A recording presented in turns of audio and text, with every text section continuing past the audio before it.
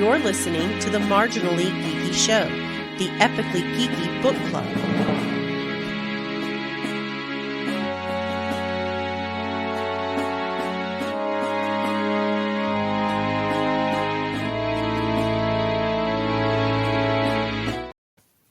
Greetings and welcome to the Marginally Geeky Show. I'm your host for the evening, Dr. Evil, I guess. I've got a cat in my lap. It's a thing. I'm your host for the evening, Eugene Stevens. Tonight I'm joined by Joseph and Shaun. How are y'all doing? Not bad.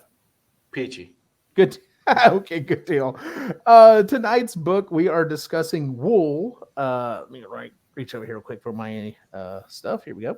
How do you say this guy's name? Is it Hugh Howey? Hugh Howey, I think is how it's spelled. Yeah. Hugh Howey. Anyway, it's by Hugh Howey. It is the predecessor, or it's the first book in a trilogy that Apple Plus has based their series Silo on. So if you've watched Silo, we're talking about the first book in that series. So this was your pick, Joseph. So why did you pick this book? Well, I didn't finish the series, but I liked what I saw, the first 5-6 episodes, whatever it was. I liked the way the series was built. I felt like there was a lot of room for a lot of lore and world building in this. And when it was my time to come up with a book, I figured like, this is something I'm interested in. And we all kind of have similar interests in like, we have like post-apocalyptic dystopian kind of stuff going that we all like in one way or another. There's a lot to learn about it. And it's a trilogy, which makes me feel better because that means I can get a lot more of it instead of just a one-off, you know? And a trilogy is much easier to sink your teeth into than say something that Tolkien wrote and I have to read 17 books to get all the way through it, you know? So that was the reasoning behind it. I found the main character in the series, in the show, Juliet, pretty interesting in the way she like thought and handled problems, and I wanted to see how that character developed beyond the show. Right. Okay. Fair enough. Well, let's go ahead and just talk a little bit. Do you want to go ahead and give a brief explanation of what the story is on the book? Sure. I mean, the book itself is basically humanity, at least from our perspective when you start the book, is all living in this one silo because of this disaster that has happened that they don't really talk about, but essentially the surface of the earth is uninhabitable. And the book revolves around a few characters. It kind of like switches main characters depending on which part of the book you're in. And it kind of shows their journeys as they live their lives in the silo. And then inevitably, when you have humanity living in one confined space, there's going to be cracks, both metaphorically and like in the physical world. And it's just people trying to figure out why they're there, what is going on, why did my light get darker? There we go. And so it's that type of journey, you know. So the main character, Juliet, is a, you know, mechanically savvy, kind of almost she can solve the problems by like if she can dig in and take it apart and figure it out. Like that's the kind of character they try to portray her, and I really like that. It wasn't just a like a standard. How do I say this? To put it in anime terms, she's not like the OP character where she just knows all and can figure everything out and stands far and above from everyone else. She is just a mechanic, for lack of a better term, and I think that makes the story a little bit easier to believe because it's one of those things where kind of like The Martian, where it's like you do the math and you figure it out, and so from that kind of perspective, like it's easier to swallow. Absolutely. Yeah. So in this book series, or in this book, so everyone does live in this silo, and it literally starts off with a character who's the sheriff at the time is like, I'm leaving. I'm getting out, and everyone's like, no, don't do this. You know, and he's like, nope, it's my time. And so he walks out, and he thinks, oh no, this has all been a lie. Like everything is fine or whatever, and then he's not, and he's dead. And then the thing is they send people out for cleaning. So they've got these screens that are, in different places that show what the outside world looks like. And as time builds up, they get dusty and dirty, and they need someone to clean it. And the way that they work in the society is when you've done something that's against the rules and you get exiled, then you go clean, and during that point you die. And it's very stratified. So you have farming levels that are kind of in the mid part. You have IT, which handles very limited technology.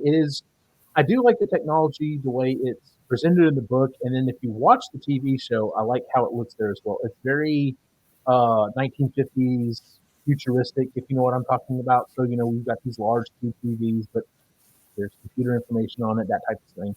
And then you have like the mechanics are at the very bottom because they're the ones that are dealing with the machines that keep the silo going. And it's been a long time. Stuff's breaking down. There's lots of problems, and they keep referring to the uprising. And during the uprising, supposedly all information that they previously had about how the silo was built, why they're there, all that stuff was erased. And it's a crime to literally talk about it. It's a crime to talk about that. It's a crime to even mention that you're even thinking about what's the outside world like. It is very, this book series is not that old, right? But it smacks of that type sci-fi. So, but yeah, we have several. You're right. We have several other characters. Sheriff Holston, John's the mayor, and those are kind of our three main characters. And then when the other two die, we literally follow Juliet pretty much for the majority of it. We do have Lucas. We do get information from Lucas, kind of his side as things go on, and we get a little bit on kind of what's going on with Bernard from IT. But for the most part, it ends up being Juliet's story. So. You kind of already explained why you picked the book. So, what's your favorite part of the book, Joseph? So, it's funny. Like, there are a couple different instances within the book that I really liked. It was the when they figured out that the visor that the people were using when they go out wasn't actually seeing the outside world. It was all an illusion, and that's why Holston and his wife thought they were seeing something and then ended up dying anyway. Mm-hmm. I liked that part. I liked the subtle hints kind of in the first quarter of the book to let you know that something was off with the suits when they were talking about the subpar tape and stuff like that. I was like, that is going to, I remember the first time I was reading this, I was like, this is going to come out like way at the end, like why this is a thing. But honestly, I think what I identified that I liked the most about this series, and it did not hit me until right now when you were talking about it, Eugene, and when you mentioned the uprising. So as you get in the first part of the book, they're definitely talking about the uprising. And then as you get to the end, they make a comment about how that wasn't the first kind of uprising. And I had a kind of, is there a parallel to the Matrix here? Like, oh yeah, wipe out all of these people that are against, the rules or whatever, and then they kind of restart their society and they keep moving that way. And in my mind, I was like, holy crap, the silo is Zion, and you have the IT department acting as the machines, and yeah, and that's essentially how, like, I think now that is probably what drew me to the book the most. Like, it wasn't sitting in the front of my brain; it was kind of sitting in the back. Like, I feel like I've seen something like this before. It's the Matrix. It's the Matrix without AI and bots and all that kind of stuff. You're very much right. Like it is very much because the attitude of IT is very much we've seen this before. This has happened before. It's not a big deal. We're just going to get through it. It's a pain in the butt when it happens, but things always go back to the way they are. And everything's fine. And that's kind of how the Matrix was. It was like, you're not the first one. You're not, you think you're special. You're not. We've done this here. We've been through this. We've done this dance. And just, it's everything's going to reset and everything will go back. We'll lose a little ground, but whatever. life keeps moving on.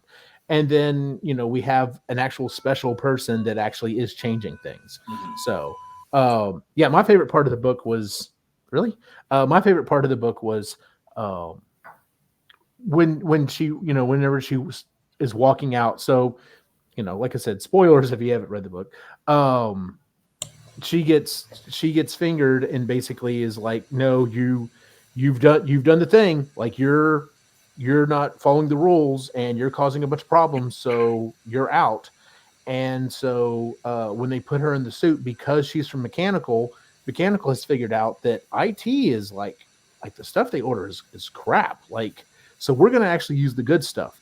And so when she walks out, her suit doesn't disintegrate. And that's one of the things that she immediately figures out is, oh my God, they've been building these suits so that they are supposed to disintegrate. These suits are supposed to not allow anyone to go too far out, because the view that they see is basically they're kind of in a crater.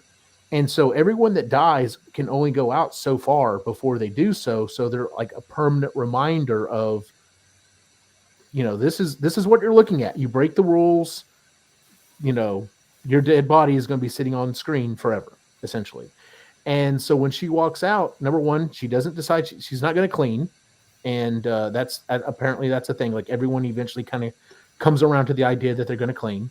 And I think that's because in their visors, they're shown, oh no, everything's nice and everything is not, a wasteland. And so I guess it incentivizes everyone to think, oh, well, then I'll go clean the sensors so everyone can actually see what the real world is. And then she doesn't clean and she walks over, she's able to keep walking and gets away from the silo. And, of course that causes, I guess you'd call him the main antagonist of the book, Bernard, because he is an asshole. That causes him to freak out or whatever. And then she finds, lo and behold, there are more silos. In fact, this is silo 18 of 50. like 50 or something like that. I think is what they said. Yeah.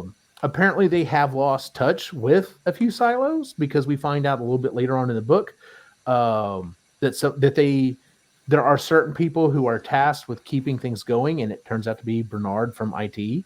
And he has communication with other silos, and they have a little bit of communication in between them, like, hey, we just sent someone else out, or hey, there's a new guy coming in, stuff like that. But yeah, that was kind of my favorite part is when we get to the turn and we start figuring out, oh yeah, it wasn't like you said, because of the movies like The Matrix and stories, dystopian stories like this, where obviously things are being kept from, the masses. It wasn't like a super big secret or anything, but it was interesting to see, okay, there is other things going on in this world. So, Sean, what was your favorite part? I think I had a couple. The when Martins and Johns are traveling up and down the silo, it alluded to the size of the silo a little bit more. Mm-hmm. And like as they're traveling level to level, I liked how it was written, and it made me want to like find out, oh, what's going on in this level? Like, how are people living in this level? And then how are people living in this level and stuff like that? Because that to me seemed really, really interesting. Like, it wasn't the destination, it was the journey, Mm-hmm. which I really enjoyed that. The other part I liked is later on when Bernard is teaching Lucas, or like going through all the books and all that, and they show them, we have a contingency written down for every possible scenario. Mm-hmm. Just need you to read it. And which, like, the silos are huge, and you at that point you've already gotten an inkling of what's going on and how IT's running the show and all that. But until that point, you don't realize how much work went into the social manufacturing of the whole series. And like it's just a brief chat about it. There's like allusions to it and all that, and it's only a brief thing, but it scratches at the surface of how much work actually went into the social engineering. So, and I thought that was pretty cool. Yeah. It's go on. Go ahead. I was gonna say it's it very much not always a dystopian future, but it's also very much of the social engineering type. You know, the scary part for this is not the fact that the world is irradiated. The scary part is the fact that people have lived in this silo for so long and are so accustomed to the rules and policies that the world literally does not exist beyond the walls of this silo, and everyone just kind of accepts it and moves on. And when you don't, then it becomes an uprising. And like you said, Shaun, it's like, oh no, we have plans for it. Like they're going to do this, and this is going to happen, and we're going to fall back, but we've already got people set up, and it'll be fine. Don't worry about it. It's good. And it's just like, oh, okay. So yeah, that's the it's funny because there was a time period, especially reading like things like 1984, like we've done on this show, where that type of mindset is the scary part of the sci-fi. And then we moved on, and you know how things change. Other things become more in vogue, and that sci-fi changes or horror changes, and we kind of moved on to things like, well, no, the scary part is what the world was going to become, and everything else. And I feel like, at least with several of the books that we've read, at least some of the series, we're kind of getting back into that mindset of, no, the scary part is how little control you could actually have, and not even realize it, to be honest with you. So I was just gonna say the part that Shaun was talking about where Barnes and Lucas were talking, it made me wonder if they have something for every possible scenario. The only way they could have that is communication with other silos. Like, there's no way that someone could sit down and come up with them. But they had to have come up with, I would say, a significant chunk of them for their own silo. And they talk about the last uprising where it was like a generation ago, and that definitely was not the first. So the first thing I thought of was, well, how long have they been down there? How many, like, based on the technology, and like what you kind of alluded to earlier, Eugene, is like the technology is very 1950s. This is Cold War era. Someone set off the bomb, and they've been in the silos for a couple hundred years, longer. Who knows? Yeah, well, no, it's for metal to deteriorate. Yeah, no joke. They do go into it, like all that social engineering, everything that came up in the manuals and all that was done before the war, like the cataclysm, because they caused it. They said it that, yeah, we're the ones that did it. This is how come we could prepare for it. So all that stuff, you figure, like, all the technology was high end. Okay, first thing we got to do is knock technology back. But here's all your books and all that. Everything's already been planned, thought of. At that point, who knows? You could have had AI figure it all out first. And then here's everything in paper. There you go. We're going to lock you up, kind of thing. Yep. So, yeah, they were well prepared because they caused it. They talk about that, how without getting out of the shelters. Yeah, and they talk about the fact that, why don't we just, they don't say email, but they're like, why don't we just email people? And it's just like, because it's expensive. And they're like, you start asking questions. Well, why would it be expensive? It's just electrons. And it's like, don't go down that path. That's a bad path. That's going to get you evacuated. And it's like, well, why don't we have elevators? Well, don't go down that path. It's very much, don't ask questions, do your duty, and just move on. So, what was your least favorite? I did not like that. If the ending felt a little rushed, to be honest, like, she comes back from, spoiler alert, from Silo 17, and she's like in medical care for, what did they say, a couple weeks or whatever, because of the fires. And also she wakes up and she's mayor, and there have been these changes. There's communication with other silos, and there's a lot of stuff that happened when she was out that we were not privy to as readers. And then in the epilogue, it was that communication with Solo, Jeremy, something like that. Yeah, Solo. You just call him Solo. Yeah, talking to those kids, and then he says Juliet will like that we've gotten the water coming down. I was like, when did they reestablish communication.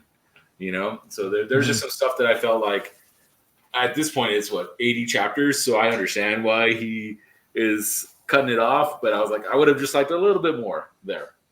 Fair enough. Shaun, anything you didn't like in particular? I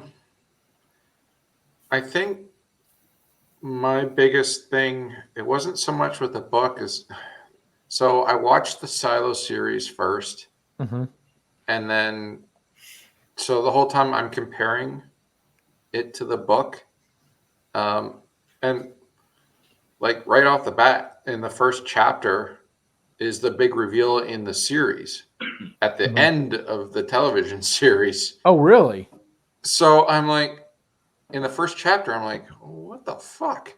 So I'm like, Wait, what do you mean, Shaun? What reveal in the series? Well, the big reveal in the series is that what you see in your headset when you go out to clean isn't real. That's the big reveal at the end of the television series. And then it's basically her overlooking the seeing the other silos, and that's how the series season 1 ends. She doesn't get anywhere. So interesting. I honestly think the way they built stuff up, the television series, and I don't say this very often, but I think the television series had it better than the book. So the whole time I'm like comparing stuff, and that, so it's no fault of the book, because if I'd done it in the other order, it probably would have been better. But that, and also I didn't like the character that they cast for Juliet. So, but that's the one that I had in my mind through the whole book too. So I always had like, it's Juliet again kind of thing. So it's no real fault of the book, but like I didn't care for Juliet, and some things just, the book felt out of order, and that it was just stupid because the book came first. But yeah, it was just because of the order I read it and watched it in. Before the show, we were talking. This is the first book in a 3-part trilogy. Apparently, the second book is a prequel book. So, and like I was telling the guys beforehand, I finished the book and started doing like you had done. I was like, oh, I'll watch the Silo series. And I didn't even get through the first episode because all of the things that are happening in the first episode, I'm like, this is all stuff they kind of hint about in the book that happened before the book. And I was like, I'm gonna get confused here. I'm gonna go into the show and be like, oh, remember when this happened? And they'll be like, that didn't happen in the book. So I stopped watching it. You obviously haven't read the other two, Joseph. Like you said, one of them is a prequel. Yeah, the second one is apparently a prequel. Well, maybe because the series like deals with a lot of stuff that happened, like that case that they kept saying Juliet helped with. Right. Well, you get all that in the television series. So I was confused as all get out too, because I'm like, man, this is like a main story in the TV series, and you've got 2 sentences in the book about it. Yeah. I know it happens, but now I'm kind of wondering, oh, did they just grab a whole bunch of stuff from the prequel? Like there's a whole bunch of stuff on Juliet and her mom. And it sounds like that might be the case. Yeah, now that, because I didn't realize the second book was a prequel. So, but yeah, you get all that. You find out what's going on. And anyway. Interesting. Yeah. The thing I didn't like, and this is just, maybe it's because of my work. Why did IT have to be the bad guys? Like, I understand in this story why it makes sense, but I guess I just don't. I kept thinking of Roy and Moss. If they were... Oh my God! There's no way that Silo would be like still like there'd be a fire and Moss would be like trying to remember the 49-digit code to call somebody. Exactly. Oh my God, that's hilarious. Isn't it in the series? It's not IT; it's the judiciary or whatever. Yeah, I think in the TV series it's the judiciary because she kept mentioning, at least in the show, there is IT and judiciary, but judiciary you find out are puppets of IT. Okay, yeah, in the book it was IT. IT is the mastermind behind everything, pretty much. I don't know. I like sci-fi where technology is used and generally tends to be like a saving thing. It's like, no, we have the tech, we've built these tools that we can use to save ourselves, and it's just disheartening when it's like, oh no, we're gonna limit the tech, and the people who are in charge of it are the bad guys, and I'm just like, well, crap. But that's one of my little Piccadilly. So, what do you think of the writing? I liked it. I feel like the pace was pretty good. I appreciated, especially in the later chapters, where it would say, we're in Silo 17 now, and this is happening. And then we're back in Silo 18, and this is happening. So that made it easier to keep track of what was going on. Shaun, thoughts on the writing?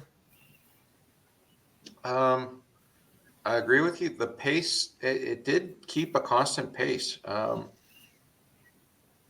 I think when he tried speeding things up, like when they were having like the revolt near the end, and I think he tried speeding it up, and it just didn't freaking work. I'm like, oh man, your clutch is busted. You're stuck in one gear. And it didn't really hit until like, oh man, this should be really a lot faster. But he kept throwing in stuff with Lucas and Bernard and stuff like that, which would slow it right down. It gave you great information, but it was like, man, this, there's a lot of things going on, but you're not good about writing. You're not good at writing for large groups and large actions going on. And that was abundantly clear when the revolt actually happened. That's the only time I got kind of confused. And I thought, well, maybe it's just me because I'm doing something as I'm listening to the book. Maybe I just wasn't paying attention. But yeah, during the revolt, I got confused about who died, who killed who. So yeah, it almost seemed like there were throwaway characters, and then tried making a big deal of them later on, and you can't. It doesn't work. You got it backwards. You can't do that.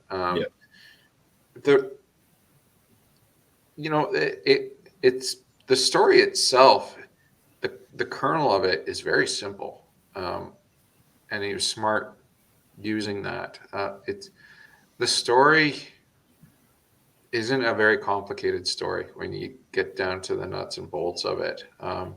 So it was well written that way. And once again, I apologize for doing this, but I keep comparing it to the TV series.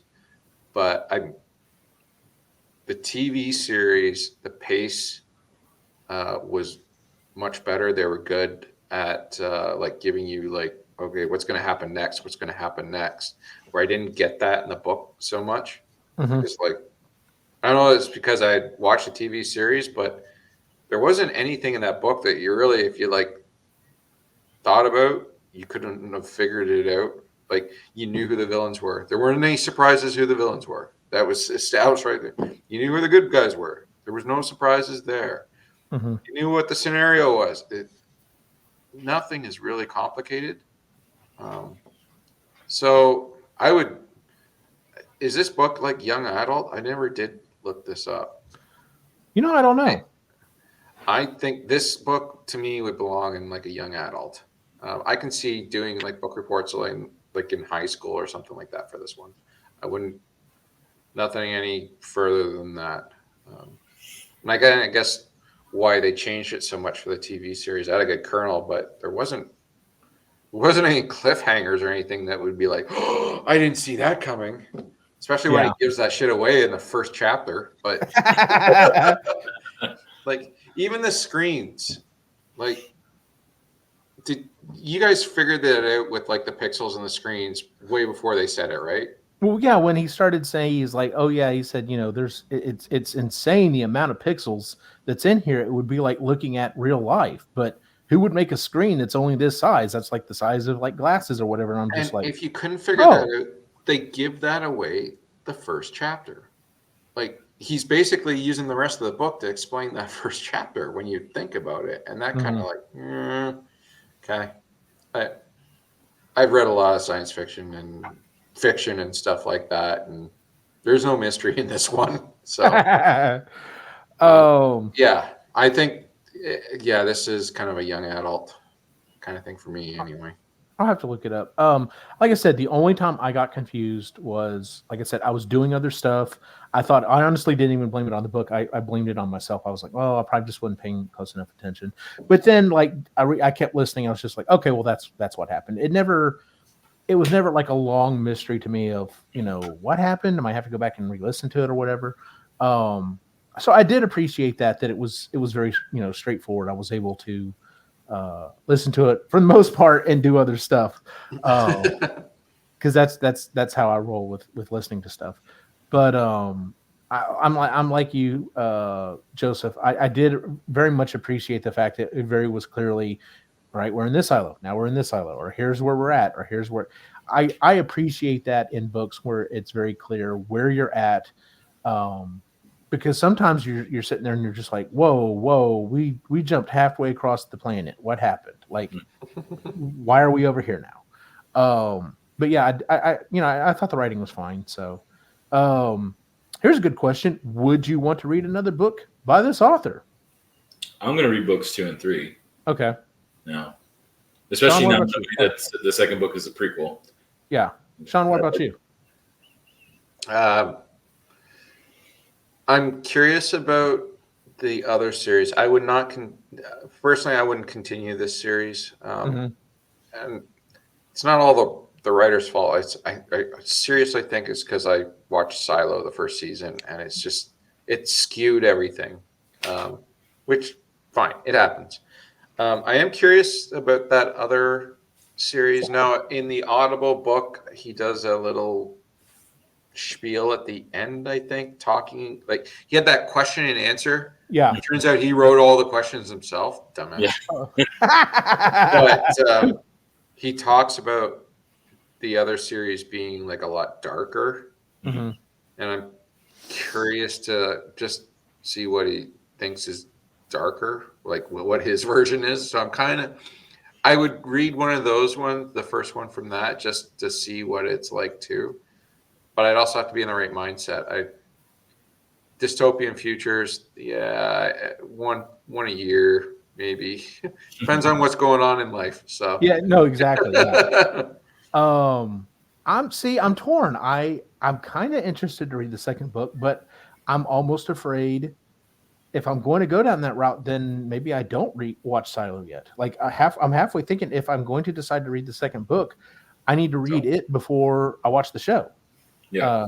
Which is fine. 100%. It's not like, yeah. yeah. Okay. So that's probably the route I will take. If I decide to read the second book, I will probably do that. I will say though, I'm not like dying necessarily to read the second book, to be quite honest with you. I've had some other stuff come up on my suggested list, and I'm just like, oh, I'm going to tear through that. It also doesn't help that I greatly enjoyed watching. I never watched the first one in the theater or anything, but sitting down to watch Dune and Dune 2, I kind of think I may start that book series. So I thought about doing that too. I think I started it when I was a teenager. And I only got like a few chapters in. I'm like, oh my God, this is like reading the freaking Bible. You're not wrong. That first book you're slogging through it. Mm-hmm. Yeah, and I was like a young teenager at that point. So I'm like, it looks nice on the bookshelf, but I don't know if I'm going to crack it again. So yeah, I may give that one a shot. We'll see. Like I said, I've enjoyed the two movies enough that I may at least read the first one just so that I can say I've read it. Now, whether or not I go on to the other ones, I don't know. We'll see. But, we may get there. With the first 3, unless you want to get like weird. That's what I've heard. Did reading the book impact your mood at all? My mood? Mm-hmm. I read it mostly at work because so it used to be when I would read my books, it would be on my commute because I would commute for an hour and 15 minutes both ways. So I had plenty of time to do that.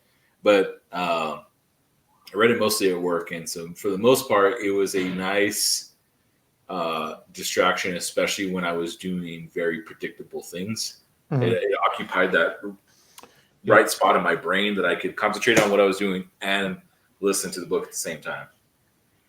Fair enough. That's how I'll answer that. Sean, did it impact you at all? Annoyance. And once again, it wasn't the book. It was like I was constantly comparing it to the series. So it was like I'm missing stuff, or wow, what they like cut out a whole bunch here, or oh boy, they added a bunch of stuff. Oh man, I thought the series ended like as soon as she stepped out, and then you had all this extra stuff. I'm like, oh, okay, finally I got some new stuff.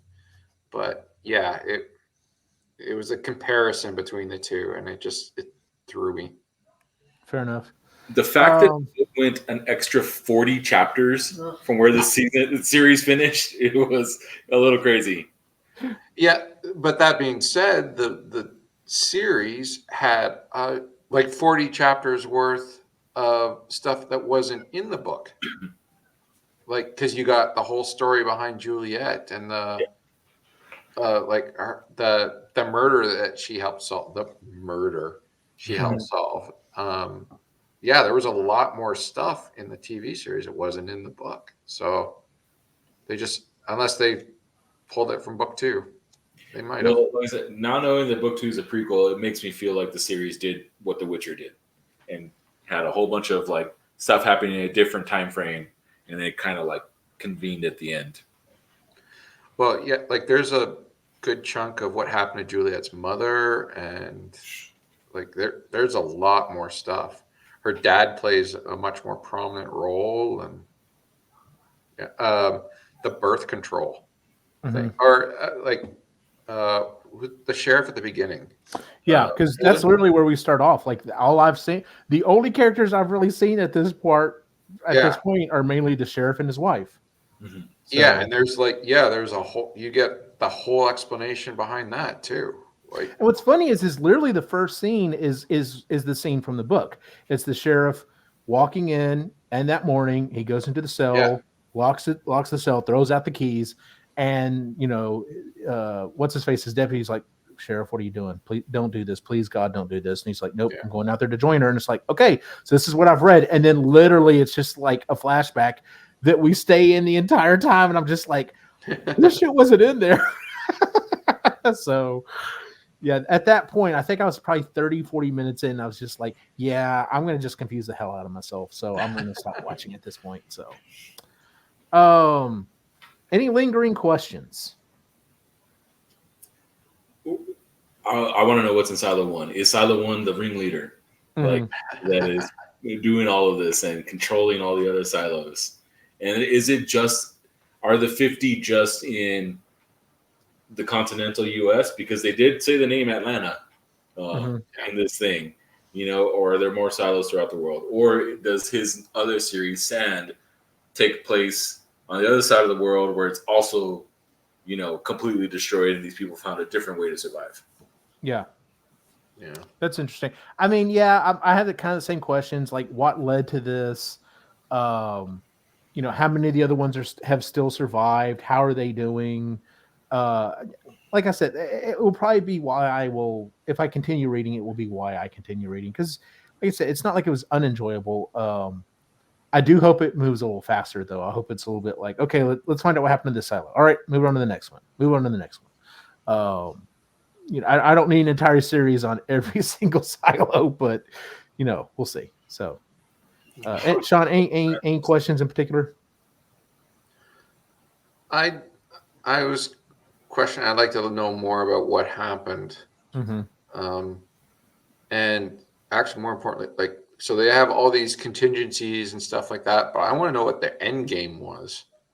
Like, when do you see them going back outside? Like, you decimated the earth. You must have had a plan. And you had all these silos and all that, but you can't keep a society in just a constant status stasis. Things are going to change. It's what happens. So knock stuff down as much as you want, all the social engineering you want, but it's what was the end game? That's a good question. Who knows? It it may have just been short-sightedness. That would kind of suck to just be like to find out they were like, oh no, we were pretty sure we could keep this going forever. Don't do me like that. That was my response to that. Yeah. What do you think about the narrator? I thought the narrator was fine. Didn't have any issue. I appreciate that he tried to do voices. You know, I preferred that than from. Oh God, I don't remember which book I read or listened to. Rather, that they had a bunch of different actors come in and do all the different parts, and that was far more confusing for me than just listening to one person talk in a continuous manner. You know. The only part that I think that he really fell apart was when characters would start talking real fast to each other, back and forth, like in the areas when we were trying to talk through the mic during the revolt. I felt like there he got a little. I got lost. Like I had to go back and I re-listen to that part a little bit just so I can feel okay, this person is talking to this person, because when he tried to do the voices, they were a little too similar. Shaun, thoughts on the narrator? I think, yeah, he did an adequate job. There wasn't much variation on the voices on the characters, which, yeah, you could get confused for those fast spots.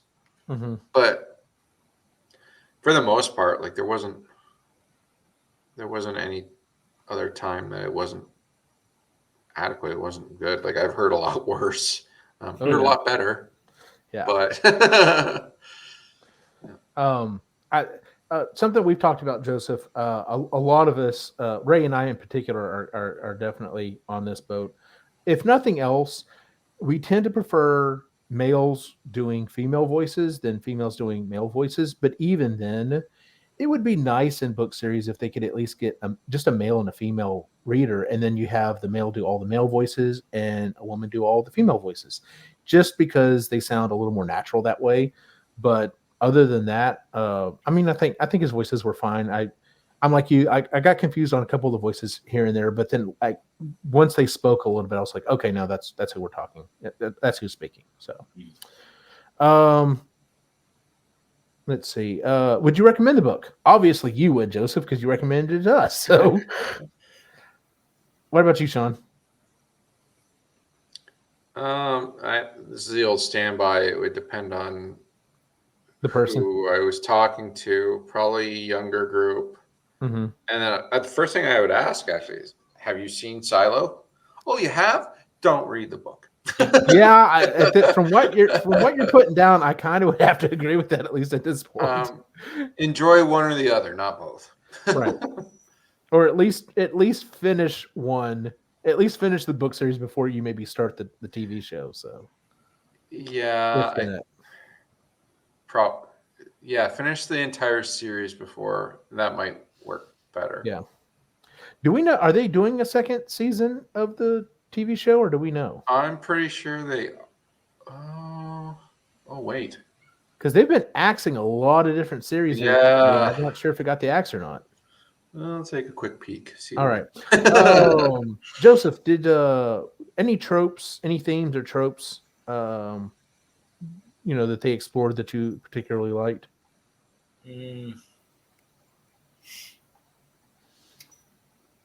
Not that I can see off the top of my head. I like that they avoided the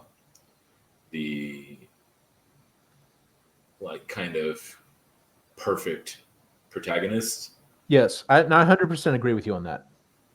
Yeah, that would probably be my best answer to that. Yeah, there was a series I started, and when we talk about the other books that we've been reading, I'll kind of catch up on that. I started reading called the Silver Ship series, and it is definitely kind of a perfect protagonist in that, and I think that's the main reason why I'm like, maybe I'll come back to this, but I don't know if it's going to happen. There's also 20 books in that series, so I'm like, I don't know about this. Start rereading Expeditionary. And honestly, at this point, I would prefer to do that, to be completely honest with you. So I wouldn't mind hanging out with Skippy again. The main character in this, I'm just like, okay, can you quit being like the perfect dude? Like seriously. So, Sean, any tropes or anything in this that themes or anything that you enjoyed that they thought they explored well, or glad they didn't explore?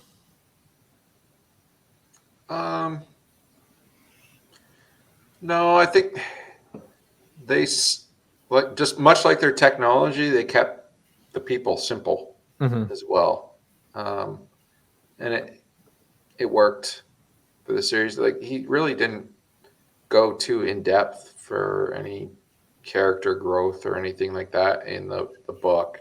They do it in the series, the television series, but he didn't really do it too much in the book. Nothing jumps out at me for this one. Season 2 of Silo is set to finish shooting this month. Oh, okay. So they're probably already done. So yeah, that'll be interesting. See, if I do end up going to read the series and then come back to it, that would be interesting. If it literally was season 1 was book 2 or the primary part of book 2, and then season 2 of the series is book 1, or however they're going to do it. So I'm thinking season 2 is going to be as soon as Juliet leaves the silo.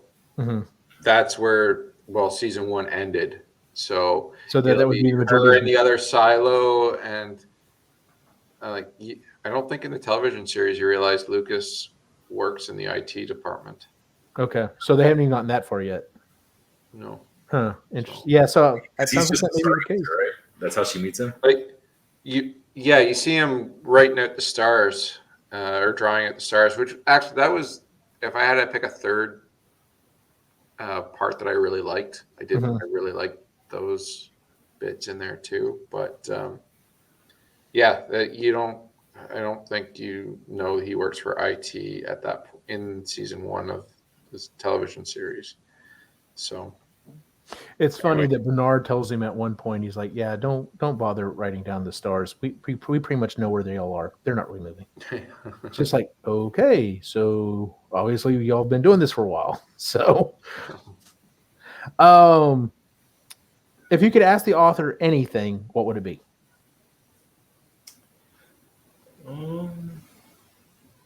I think maybe he might. Any questions I should ask him? I think maybe he may answer some of this stuff in later books. So part of me is just like, I mean, I probably had the same questions y'all do. Like, how, like we even talked about some of these already. How did things start? What were the original end goal for for doing this? How many silos are there? How many of them are still active? Is there a purpose to each one or anything? Kind of the general stuff. Like it said it. I will say this: the book did set itself up very well for sequels, because it definitely did not wrap up anything. A lot of things by any means. And I wonder if he had already had that planned out in his head whenever he wrote it. So yeah. Anyway, any other questions y'all can think of right offhand? Probably the process. Did he have a roadmap of like all 3 books, and then how did you decide to put what and what kind of thing? Especially if that second book is a prequel, why did you decide to do that? And which I'm really thinking that he probably did have the roadmap, just because they allude to that. Oh, she helped out on a case that came up a few times. So, okay, did you already have that case written, like that whole story written, and then decide to move it around? Yeah. So, Joseph actually texted me today and was asking me about the names of certain book series, Sean. That at least the first 3 books are very clearly laid out. He was asking me about the Bobaverse books. So, yeah, I was going to tell you, I didn't get a chance. Joseph, book 4, Heaven's River, he wrote after the other 3 books came out. It's good. I greatly enjoy it. And the more I read it, the more I enjoy it. But those first 3 books are clearly a story he completely thought out. They are so well done. The beats on them, just still one of my favorite series of all time. Oh, stop talking about it. I want to re-listen to it now. I know, right? They're very, very good. Anyway, all right. Well, that is pretty much our discussion on Wool by Hugh Howey. Real quick, our next books, our book for April, and I know, granted, we're recording this at the end of March, and this won't come out until the 1st of April, but this is our March book. Our April book is Making It So by Patrick Stewart, and that was Jennifer's pick. I know I've already read it. You've already read it, right, Sean? Yeah. Okay. Oh, yeah. Yeah. So for a lot of us, I think it's going to just either be a reread or, we'll just be talking about it. And then May's book is, I think it's Ray's book, and it's Starter Villain by John Scalzi. That's one that's been advertised to me a lot by Audible. So when he picked it, I was just like, okay, guess we're doing this. So I also like Scalzi's writing. So I'm looking forward to it. So, but before we go into what else we've been reading, we have our first ever sponsor for this show, and it is Magic Mind. The people at Magic Mind reached out to us here. I've got a cat in my lap, so this is going to be interesting. You're going to help me you're going to help me talk about this. So Magic Mind reached out to us and wanted to know if we wanted to try out one of their products. And Keycat, get out of the way. It is these little shot things. So if you're the type of person that in the mornings you have to have, a cup of coffee, maybe a large soda, this could actually be a replacement for it. It is all natural stuff. The story behind it is essentially pretty much exactly what it was. The founder actually went to the hospital because of just not taking care of himself. Way too much caffeine, way too much stress. That's a lot of things that a lot of us are going through, and this is a much more natural way of doing it. I will be very completely honest here. When I first got these little green bottles and I started reading the ingredients that are all natural, my first fear was, oh no, this is going to taste like grass in a blender. And I am very happy to report to you that is not the case. It actually has a decent taste to it. It's there are things out there you take and you're like, all right, let me just hold my nose and take that. It tastes perfectly fine. I've only been on it for about 3 days, so I don't know if I've necessarily seen a lot of change or anything. I will say this, though. I took one right before I started the show. So if it seems like I was a little more focused, maybe, granted, I've got a cat in my lap, but if it seems like I was a little more focused, maybe I didn't say as much. Maybe that's proof positive that this thing worked. Who knows? He just did it. Even though I just said Anyway, but if you would go check out, if this is something that you're looking for, you're like, look, I don't need all this caffeine, but I still need to get something to wake me up in the morning. I need something to help me focus and get me going for the day. Go check out Magic Mind at magicmind.com. All right, so let's talk about what else we've been reading. Sean, you want to go first? So I think from the last show, I don't know if I had started Hope. That was the biography on Bob Hope. Oh, okay, so, yeah. Anyway, I finished it. Excellent. I learned a lot about Bob Hope.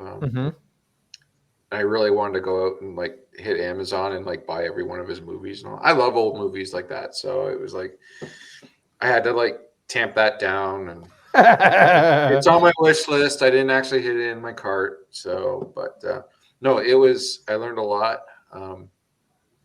He was a very it was a difficult biography to make. There's been a whole bunch of biographies on Bob Hope, but all of his interviews and all that, you only saw the character. He didn't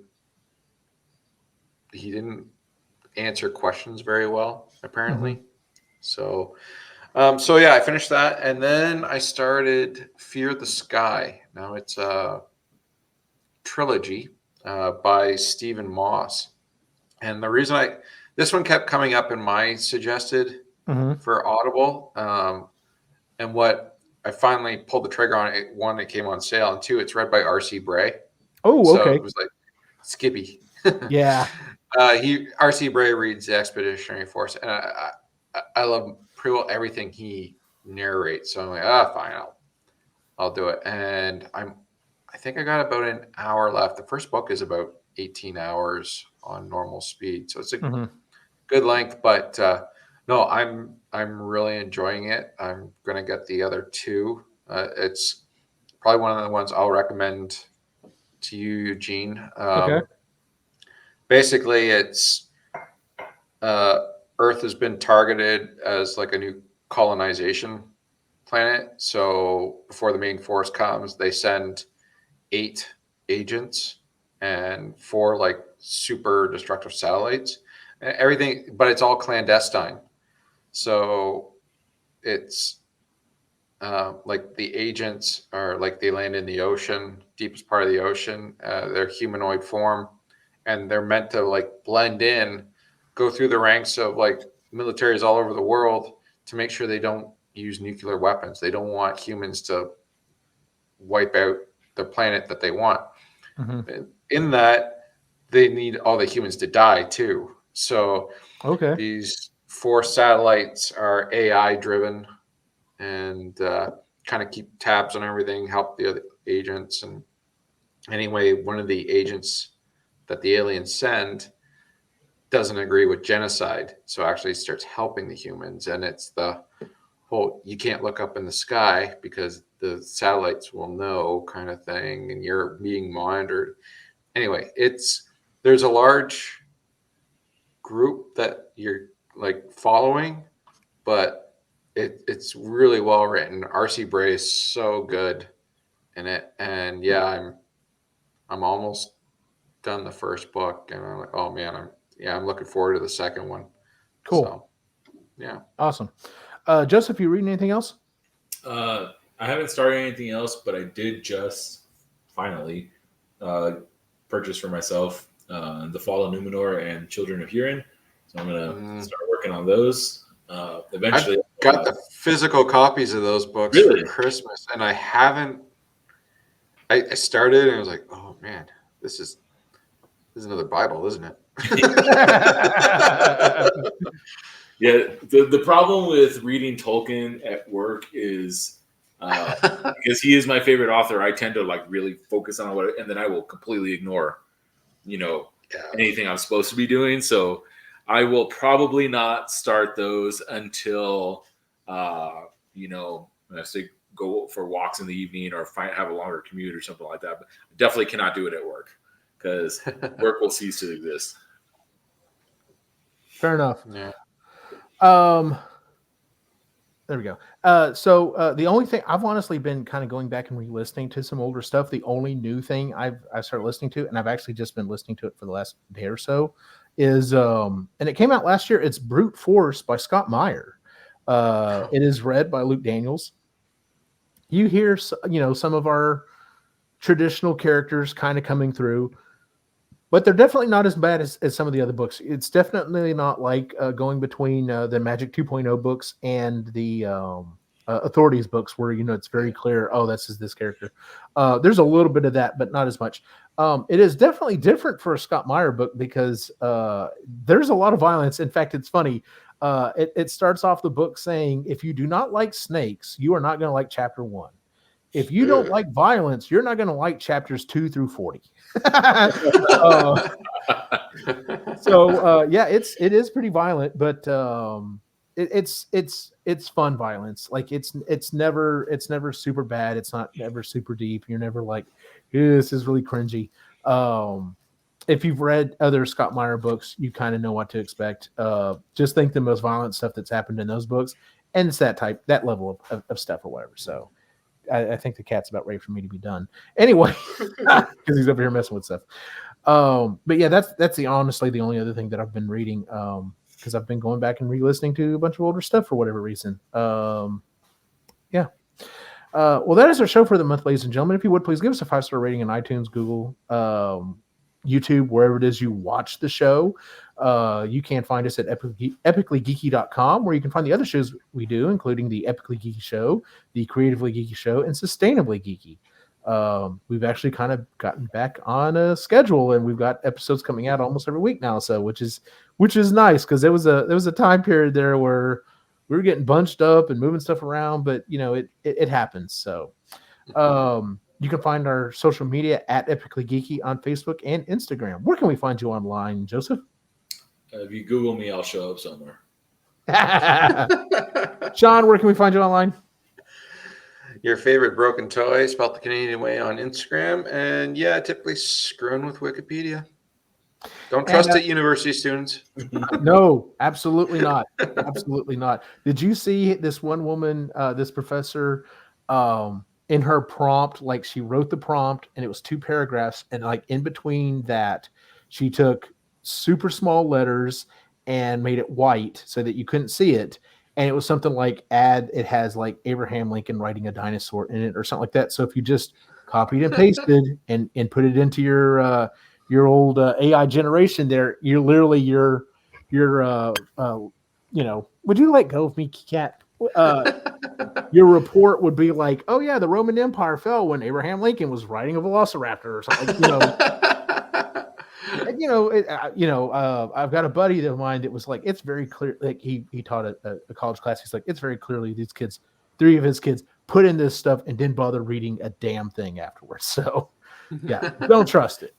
As always, you can find my individual wacky adventure online at Optimus Gene on Facebook and Instagram. For everyone on the site, have a good night.